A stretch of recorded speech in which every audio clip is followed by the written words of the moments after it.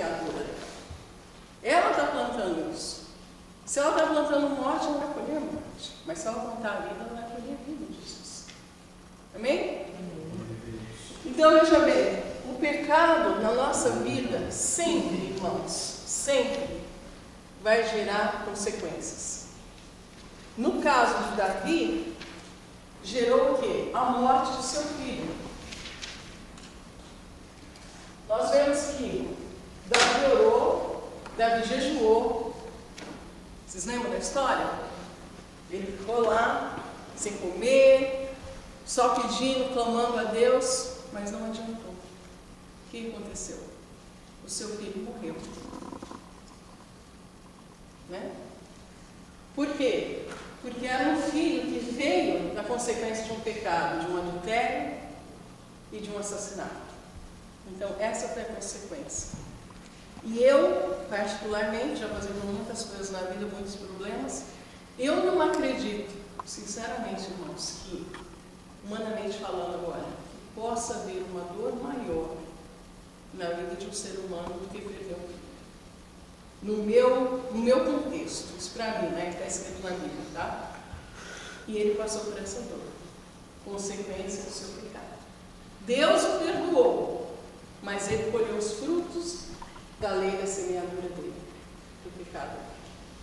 É uma coisa muito importante, porque às vezes a gente pensa que a gente pegou, pede perdão para Deus, mas você não vai ter consequência do pecado. E geralmente a gente paga o preço por aquilo que a gente fez. Exatamente. De uma maneira ou de outra. Tem um versículo que fala assim: antes de ser afligido andava errado, mas agora guarda a tua palavra. Depois em Apocalipse fala assim: porque eu repreendo e castigo a todos quanto amo, ser pois zeloso e arrepende. Porque Deus é o nosso Pai. O que acontece com a gente, nós que somos pais, mães? Muitas vezes nós não queremos, a gente faz as coisas chorando, mas você tem que tirar algumas coisas do seu filho. Você tem que corrigir o seu filho. Eu, por exemplo, eu não bato na minha filha. Mas o meu marido fala que eu sou pior do que se eu batesse. Porque os irmãos vão ver muito delicado, muito assim, né? Mas a hora que eu tenho que falar sério com uma pessoa ou com uma criança, eu pego o filho por isso. E eu falo realmente duro, porque às vezes a gente precisa ser duro. E Deus às vezes tem que ser duro conosco. Porque você imagina o seguinte: se a gente ficar errando, Deus perdoando, sem nunca a gente sofrer nenhuma consequência, provavelmente nós perderíamos a nossa salvação. Infelizmente. Então Deus sabe como fazer as coisas e como nos levar ao céu. Amém? Já falamos sobre a consequência do pecado e tal. Reconhecer e confessar o pecado. Tá? Aí eu coloquei aqui. São 3 passos que nos levam realmente ao perdão. Primeiro, arrependimento. Tem muita gente que comete um pecado, esse pecado gostoso. Eu estou rindo, mas o assunto é sério. Não é? Naquele lugar, assim, eu tenho que deixar de ir, tão bom. Quer dizer, não há arrependimento. Porque está sentindo prazer em fazer aquilo. Né? Então você tem que se arrepender. Olha, eu fiz, mas aquilo não é bom, aquilo é ruim, eu não quero. Ou assim, então, se você está fazendo, está achando que é bom, peça para Deus te tirar essa vontade, esse desejo. Seja sincero com Deus. Confessar esse pecado. Tá?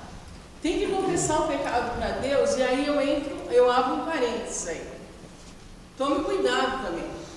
Porque se você for confessar, você cometeu um pecado sério, for comentar, for confessar para uma pessoa fofoqueira, vai piorar a sua situação. É ou não é, irmãos? Né? Com quem confessar? Agora, por isso tem os pastores, as pessoas dentro da igreja e tal. Eu acho que ninguém deve ser exposto de uma maneira a ridicularizar ninguém pelo pecado que cometeu. Deus não se agrada disso. Na Bíblia eu nunca vi Jesus ridicularizando ninguém. Isso Isso não é a vontade de Deus. Agora, é importante que se confesse o pecado, sim, para o pastor, para alguém, ele que seja disciplinado, dependendo do pecado, e depois deixe de fazer esse pecado. Abandone a prática. E aí Deus nos perdoa. Deus está disposto a nos perdoar, Ele quer nos perdoar. Então, esse é o caminho para o perdão. Se vocês forem ler lá em Provérbios 28:13, fala: quem cobre as suas transgressões nunca prosperará. Mas o que confessa o que? O seu pecado, e deixa de praticá-lo, vai alcançar o quê? Misericórdia. Então, às vezes, nós vemos pessoas que estão na igreja há anos e anos e anos, nunca tem paz, nunca tem prosperidade.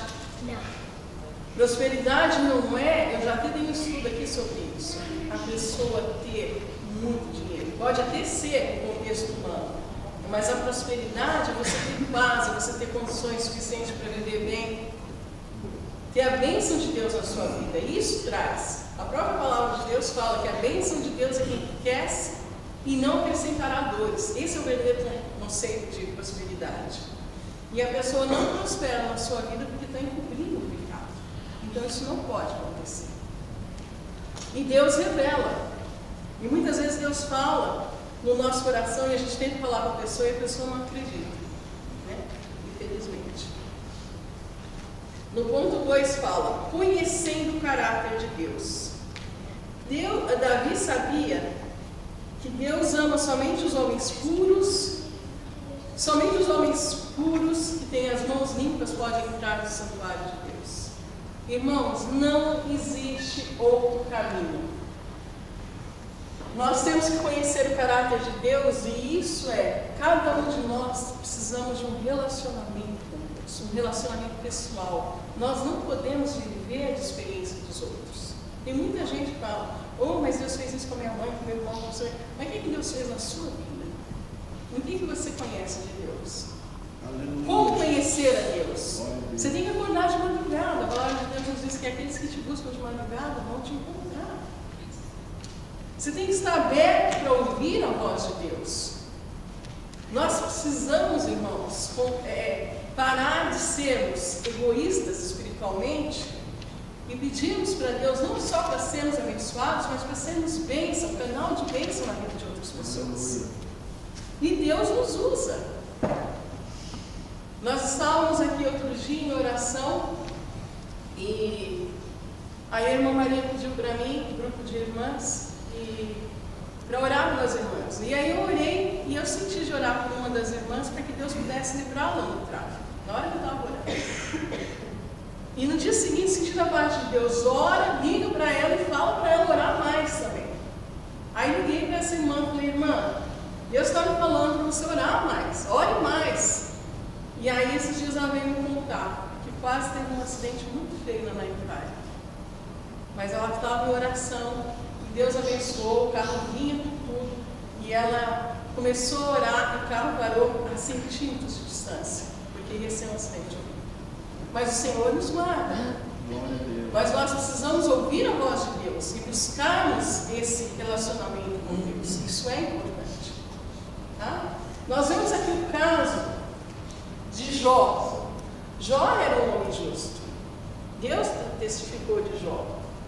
Mas Jó, o maior relacionamento que ele teve com Deus foi quando ele perdeu os 10 filhos, as casas, as riquezas. Porque ele fala assim: Deus, antes eu te conhecia de ouvir falar, mas agora eu te conheço face a face. Agora eu sei quem o Senhor é. Eu sei que o Senhor me sustenta.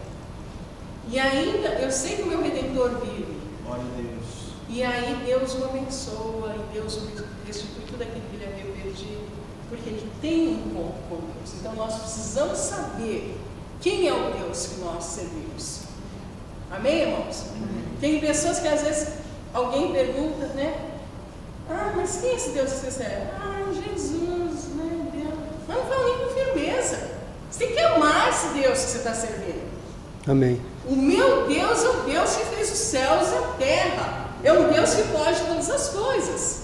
Glória a Deus. A última palavra na minha vida, quem dá é Deus. Amém, Jesus. Entendeu?